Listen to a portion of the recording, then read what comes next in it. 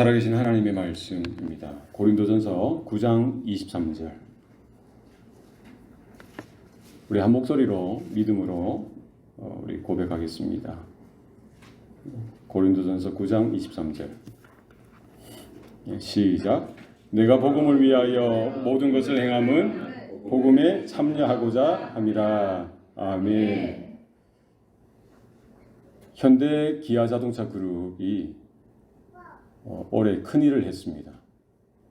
완성차 시장에 세계 랭킹 3위가 된 거예요. 여러분 별로 안 놀라시네요. 도요타, 그리고 폭스바겐, 3등이 누구? 현대 기아. 그래도 놀라시네요. 10년, 20년 전에 미국, 캐나다에 이런 농담이 있었어요. 이런 유머의 주제로, 소재로 현대자동차, 기아자동차가 이렇게 입에 오르내렸습니다. 유명한 코미디언이 시사 프로그램에 나와가지고 이렇게 재담거리로 뭐를 이야기한 거예요? 기아차, 현대차.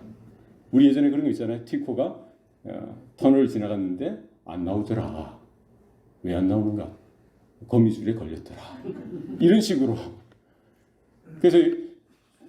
그래서 예전에 뭐 토요타 뭐를 사면, 뭐 미국 차 뭐를 사면은 하나 끼워 파는 거. 어느 차요? 현대 기아차. 그러던 현대 기아 한국차가 지금 세계 완성차 시장에 넘어뜨리가 된 거예요. 뭐 그분들이 열심히 일을 했겠지만 하나님께서 1등하게 하실 줄로 믿습니다. 참 세상 사람들, 특히 기업인들도 장사하고 비즈니스하고 일하는 데 있어서요, 그냥 호락호락하게 하지 않습니다. 대강대강 하는 법이 없어요. 그냥 뭐 재벌로 태어났으니까 그렇게 하겠지. 결코 그렇지 않습니다. 앞으로 미래 모빌리티 시장에 현대 기아차의 전략은 체질을 바꿔야 된다는 거죠. 그래서 그냥 자동차 만들어서 파는 그런 수준이 아니라, 그래서 뭐 돈 벌고 잘 되고 잘 살고 이게 아니라 목표가 분명하더라는 거예요. 무엇이냐? 인류에게. 와, 누구에게? 인류에게. 그 시대뿐만 아니라 오고 오는 모든 인류를 향해서 선전포고하는 거예요. 목표가, 목적이 인류에게 보다 가치 있는 공간과 시간을 제공하는 것. 그게 현대기아차의 목표라고 정의선 사장이 선전포고 해버렸어요.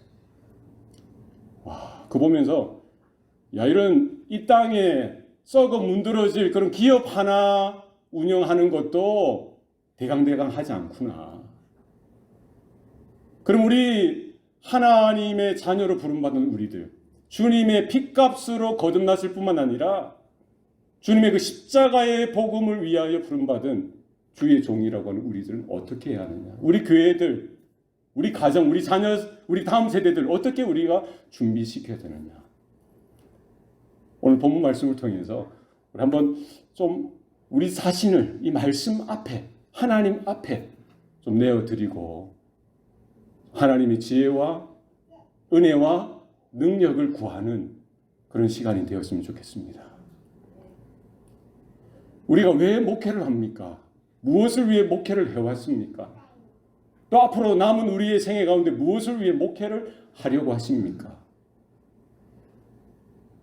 세상의 기업가들은요, 그냥 자동차 팔아서 돈을 버는 거, 기업을 확장시키고 하는 일에도 엄청난 가치 있는 목표를 설정하는 거예요. 인류에게 보다 가치 있는 장소와 시간을 공급하는 것이 그들의 목표라는 거예요. 우리 교회에 또 우리 목회에 분명한 목표가 영원히 변하지 않는 목표가 우리 가운데 있는 줄로 믿습니다. 이건 변할 수 없는 거예요. 시대가 같다고 해서 변할 수 없습니다. 우리는 하나님의 말씀에 그 지혜가 있고 분명히 하나님께서 세팅해 놓으신 분명한 목회, 우리 성도의 삶에 목표가 있는 줄로 믿습니다. 그것이 무엇입니까? 오늘 사도 바울은 거기에 대해서 분명히 아주 짧고 간결하게 분명하게 우리에게 분명히 말씀해 주고 있습니다. 내가 복음을 위하여 모든 것을 행함은 복음에 참여하고자 함이라. 여러분 동의하십니까? 저만 지금 막 이렇게 이게 이런 건 아니죠. 우리 모든 주의 종들, 하나님의 동력자들, 우리 선배 목사님들 평생 그렇게 복음만을 바라보며 복음을 위하여 하나님의 부르심 앞에 응답하고 지금까지 그렇게 믿음으로 살아오신 줄로 믿습니다.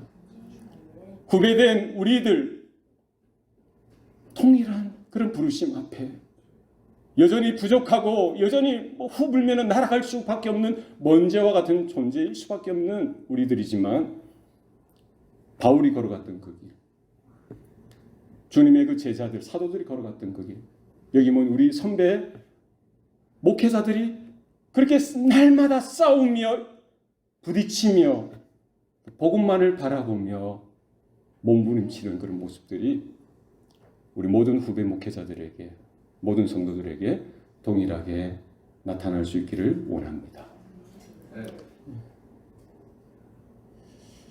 이 사도 바울이 처음부터 복음을 위한 자가 아니었습니다. 오히려 복음을 대적했던 자고요. 복음을 반역했던 자예요. 복음과 관계없던 자였고요. 복음을 몰랐던 자입니다. 얼마나 무지했는지, 무식했는지. 그죠? 청년 사울.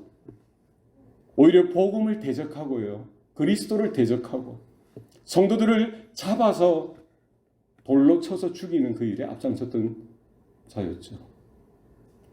그것도 모자라서 다메섹까지 허가증을 받아들고 달려가는 그렇게 열심히 있는 복음과 전혀 관계없는 없었던 그런 인물이 바로 청년 사울이었죠.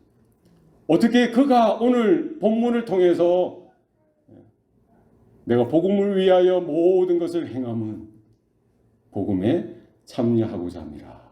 이렇게 당당하게 분명하게 확실하게 이렇게 선포할 수가 있었을까요? 그것은 다름 아닌 부활하신 예수 그리스도를 만났기 때문입니다. 율법을 위해서 살았고요. 이스라엘의 그 전통을 위해서 살았고요. 난지 8일 만에 할례를 받고 히브리인 중에 히브리인이요. 가말리엘 그 문화생으로서 얼마나 자부심을 가지며 엘리트 코스를 가졌던 살았던 그였죠. 그러니까 예수를 몰랐어요. 복음을 몰랐습니다. 오히려 복음을 핍박하고요. 교회를 핍박했던 우리가 볼 때는 얼마나 끔찍한 존재예요.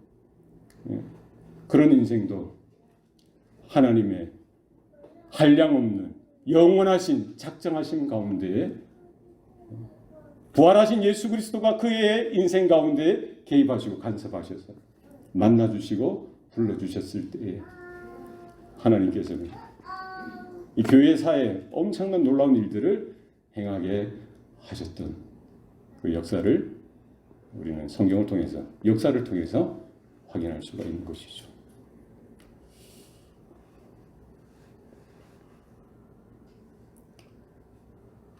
복음. 우리 한번 스스로에게 이렇게 질문해 보시면 좋을 것 같아요. 나는 지금 목회의 분명한 목적, 방향, 동기, 이유 그게 뭐냐? 목사님들이 이거 너무 잘 아실 거 아니에요. 우리 장로님들도 한번 스스로 속으로 답을 해보세요. 나는 지금 왜 목회를 하느냐? 무엇을 위해 목회를 하느냐? 무엇을 위해 신앙생활을 하느냐? 나는 무엇을 위해 존재하느냐? 한번 생각해 보세요. 사도 바울은 이렇게 분명하게 말씀하고 있잖아요. 그럼 나도 사도 바울의 그 선언, 그 주장에 대해서, 고백에 대해서 나도 100% 동의하고 있는가? 나도 복음을 위하여 사도 바울이 핍박받기를 기뻐했듯이 나도 그러기를 기뻐하고 있는가? 성도들이 오면 더 기쁘고 성도들이 하나둘 떠나가면 슬프고 제가 그랬어요.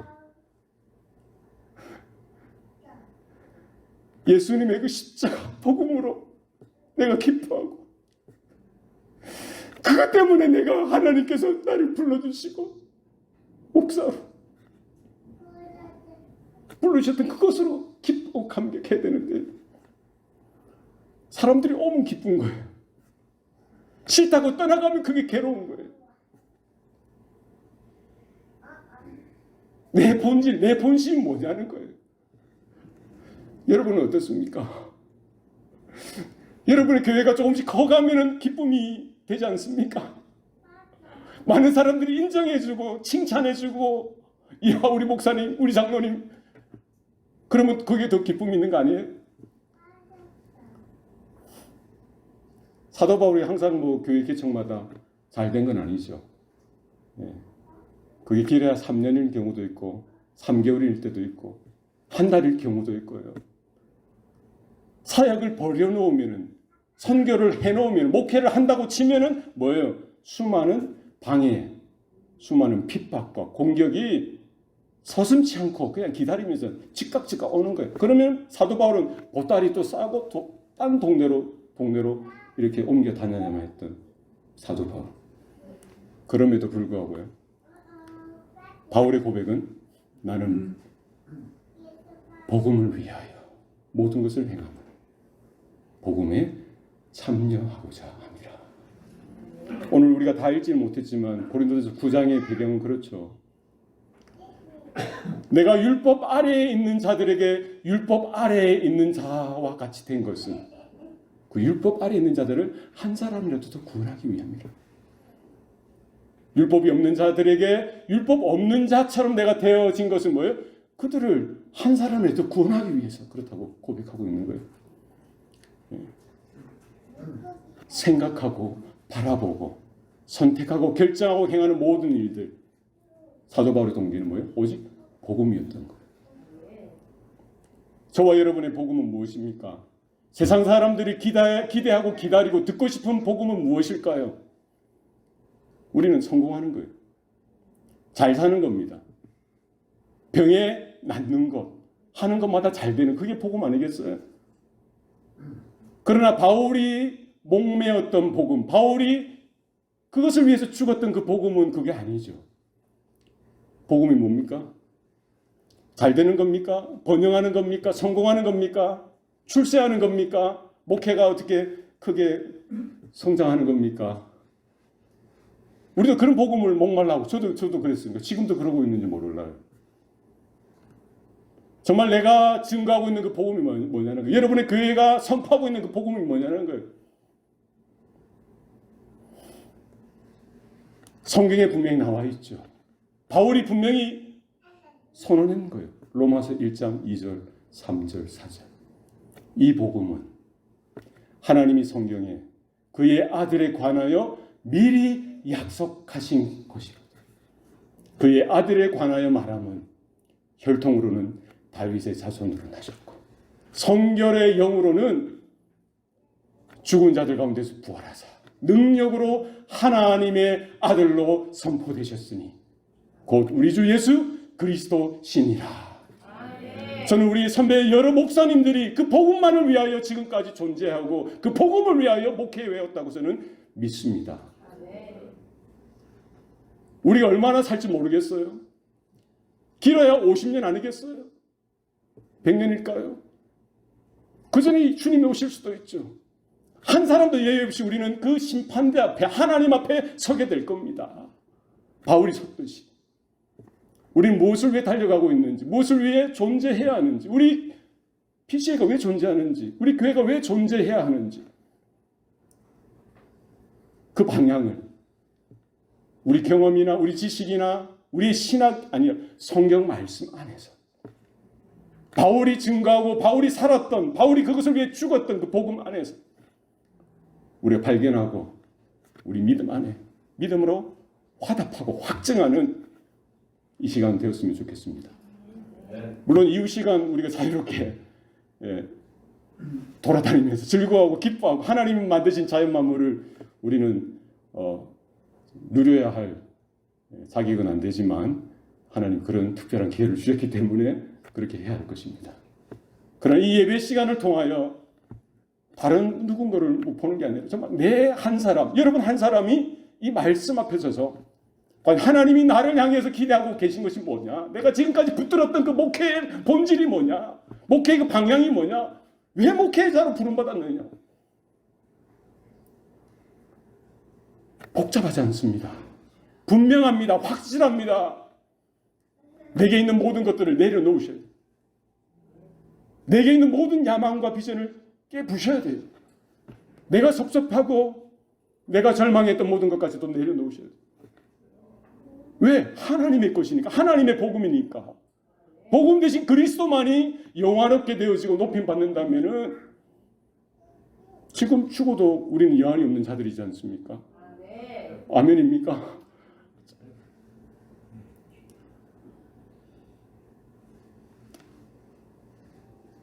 미국의 내비게이터 전도 담당 어느 강사가 이렇게 전도 컨퍼런스에 모인 분들에게 질문을 했어요.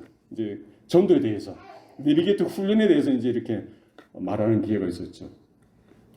사람의 일생이 출생과 임종이 있다는 거예요. 한 번 태어나면 한 번 죽는다는 거죠. 그러나 우리가 성도가 되어지는 것은 분명한 그 기점이 있다는 거예요. 그게 언제입니까? 거듭날 때. 그래서 이 강사가 이렇게 질문했어요. 그 모인 사람들에게. 여러분, 복음이 언제 필요할까요? 복음이 언제 필요할까요? 복음이 언제 필요한 겁니까? 거듭나기 위해서, 중생하기 위해서 복음이 필요한 거예요. 수많은 시간을 통해서, 길을 통해서 복음을 듣게 되어져요.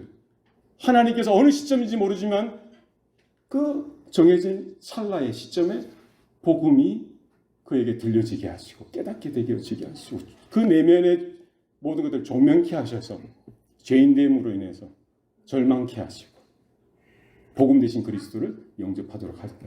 복음이 그때 필요하다는 거죠. 그래서 이 강사가 또 물었어요. 그러면은 이 거듭나고 이 임종 때까지 우리 성도로서의 삶 가운데 무엇이 가장 필요할까요? 물었어요. 그 많은 사람들이 전도 열심히 있어서 그 컨퍼런스에 모였겠죠. 뭐라고 대답했을까요? 여러분 같은 뭐라고 대답하시겠습니까? 예.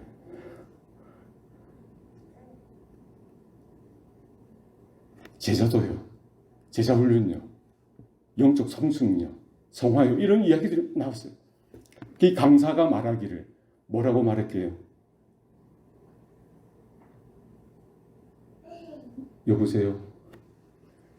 좀 대답해 주시면 돼요. 뭐라고 말했을까요? 복음이요, 복음. 그리고 우리가 거듭나기 위해서, 중생하기 위해서, 우리가 무언가 전도하기 위해서도 복음이 필요하지만 우리가 임종하는 그 순간까지 그리스도의 형상을 회복하고 나서 그리스도의 장성한 분량에 이르기까지 성장하고 자라나는 주님이 부르시는 그 시점까지 뭐가 필요하다고요? 복음이 필요하다고. 여러분 동의하십니까? 오늘 사도 바울은 본문을 통해서 분명히 말씀하고 있어요. 내가 복음을 위하여 모든 것을 행함은 복음에 참여하고자 합니다.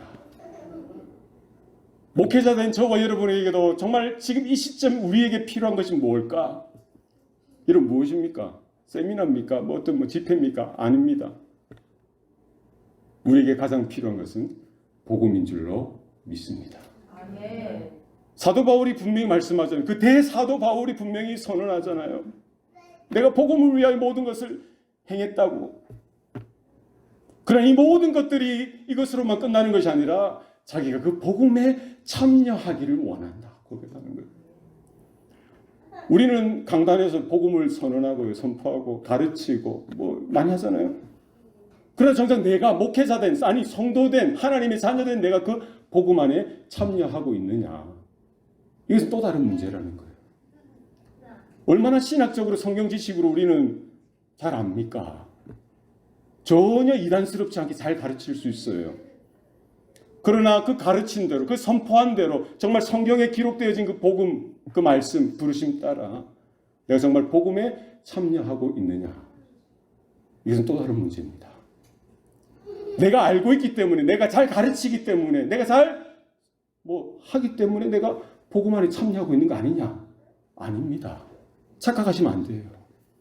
죄송하지만 오늘 27절 말씀에 사도 바울이 분명히 이야기하고 있어요. 내가 내 몸을 쳐 복종하게 함은 다른 사람들에게 전파 자신이 도리어 버림을 받을까 두려워합니다.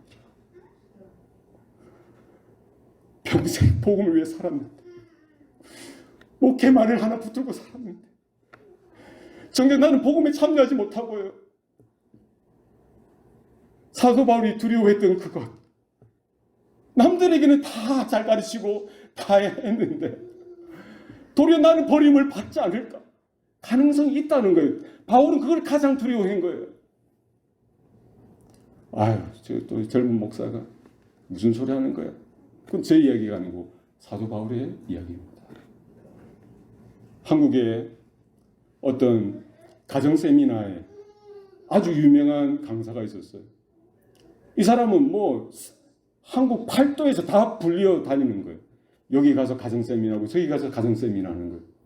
그러니까 그 강의를 통해서 그 세미나를 통해서 가정이 회복되어지고요. 가족이 화기애애해지고 문제가 해결되는 일이 많아지는 거예요. 그게 더 바빠지죠. 그래 해외도 다니고 했던 가정 세미나 강사 어떻게 됐을까요? 그 가정이 흔들리고 깨어져서 이혼했다는 이 아이러니잖아요. 본인은 가족 세미나하면서 가정을 회복시키는 것을 위해서 동분서주하고 다녔는데 정작 자기 가정은 어떻게 돼요? 자기 부부 관계는 어떻게 돼요? 자기가 가르치는 대로, 자기가 아는 대로, 자기가 경험했던 그렇게 살지 못한 거예요. 왜? 너무 바쁘니까. 저와 여러분도 그렇게 될 수 있지 않을까요? 너무 잘 되고 너무 바쁘니까. 복음을 위해서 모든 것을 행했는데 정작 나는 그 복음 안에 깊숙이, 그건 둘째치고 복음의 언저리도 발을 담그지 못하는 그런 우리의 형편이라면, 제가 그랬습니다. 제 모습이었어요. 이 시간 좀 하나님 앞에 좀 기도했으면 좋겠어요. 하나님의 긍휼을 좀 구했으면 좋겠습니다. 목사라는 직분, 장로라는 직분은 얼마나 대단한 겁니까? 얼마나 영광스러운 것입니까? 주님의 그 십자가의 피, 주님의 그 십자가의 보혈로 인척 주시고 지옥 갈 수밖에 없는 인생이었던 우리들 한 사람 한 사람을 부르셔서 하나님의 자녀 삼아 주신 것만으로도 감사한데, 그거 사실 하나만으로도 기뻐하며 감사하며 감격하며 평생을 영원토록 노래하고 목 놓아 울부짖어도 우리는 부족함이 없는 거잖아요.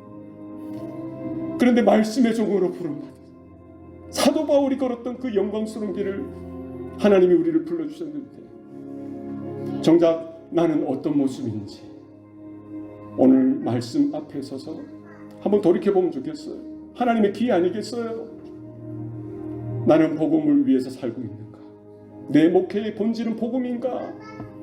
내 목회의 그 동기부여는 무엇인가? 이유는 무엇인가? 내 목회의 목적은 무엇인가? 사람들이 많이 모이는 것, 교회가 좀 성장시키는 그것, 이 모든 것이 아니라 복음 대신 그리스도 예수를 증거하는 것, 그 복음 가운데 우리가 내 자신이 깊숙이 들어가는 그것, 참여하는 그것, 하나님의 부르심 앞에 응답하는 성도의 목회자들 되시길 바랍니다. 우리 한번 합심해서 기도할 때 주님 불쌍히 여겨주세요. 긍휼히 여겨주세요. 하나님 다시 한번 복음의 그 목회의 본질이 우리 가운데 내 안에 회복되어지게 해달라고 합심해서 통성으로 기도하시겠습니다. 아버지 하나님, 하나님 은혜 베풀어 주시옵소서. 하나님 도와주시옵소서. 내가 복음을 위하여 모든 것을 행함은 복음에 참여하고자 함이라. 주님, 그 바울의 선언이, 바울의 고백이, 바울의 선포가 우리들의 선언이 되어지게 하시고 하나님 나의 고백이 되어지게 하여 주시옵소서. 하나님, 나의 부족한 나의 모습들, 내 마음 가운데 완악하고 강팍한 모습들, 복음과 전혀 상관없이 복음을 몰랐던 나의 모습들, 하나님 많이 알고 가르치고 설교는 하지만 정말 나와 관계없었던 그 복음, 내가 참여하지 못했던 그 복음이지 않습니까? 하나님, 불쌍히 여겨주시옵소서. 사도 바울이 그와 같은 상황들을 바라보며 자기 몸을 쳐서 복종케 하는 그와 같은 일들이 있었던 것처럼 하나님이 내 자아를 꺾길 원합니다. 내 옛사람을 십자가에 못 박길 원합니다. 하나님의 기뻐하시는 그 부르심 앞에, 하나님의 소명 앞에 다시 한 번 더 세워지길 원합니다.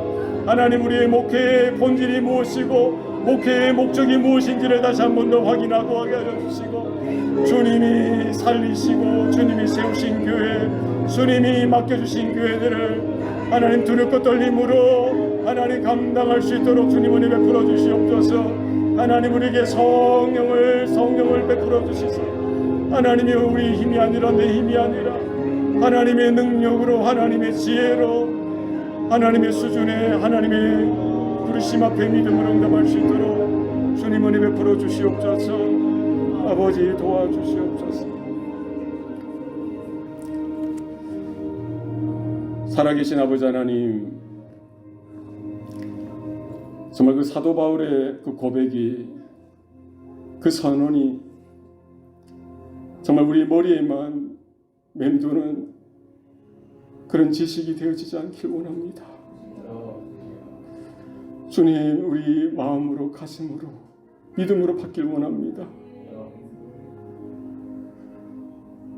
부족한 종은 가리시고 성령께서 이 말씀을 통하여 우리 각 사람에게 경고하시고 책망하시고 격려하시고 위로하시고 조명케 하여 주십시오.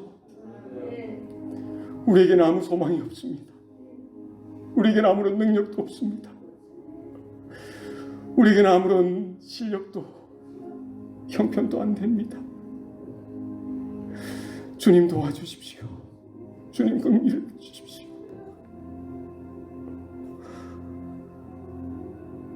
우리로서는 되진 않지만 복음 되신 그리스도께서 연약하고 깨어진, 부서진, 절망 가운데 허덕이는 우리들조차도 붙들어 주실 때 주님께서 행하실 줄로 믿습니다. 우리 무너진 교회들, 가정들, 우리의 삶이 다시 한 번 더 복음을 위하여 회복을 얻게 하여 주시고, 바울이 달려갔던, 그것만을 위하여 살았고 그것을 위하여 죽었던 복음 되신 그리스도가 우리에게도 동일한 그 무게로, 농도로 다가올 수 있도록 주님 은혜 베풀어 주시옵소서. 아멘. 이제 주님 앞에 설 때 그 자리에서까지도, 그 심판대 앞에서까지도 오직 복음 안에만 거하게 하셔서 십자가로 인하여 하나님께 온전히 나아갈 수 있는 은혜가 우리 모두에게 임할 수 있도록, 섬기는 모든 목양지의 그 영혼들에게 동일하게 임할 수 있도록 주님 은혜 나누어 주시옵소서. 감사드리옵고 예수님 이름으로 기도드리옵나이다. 아멘.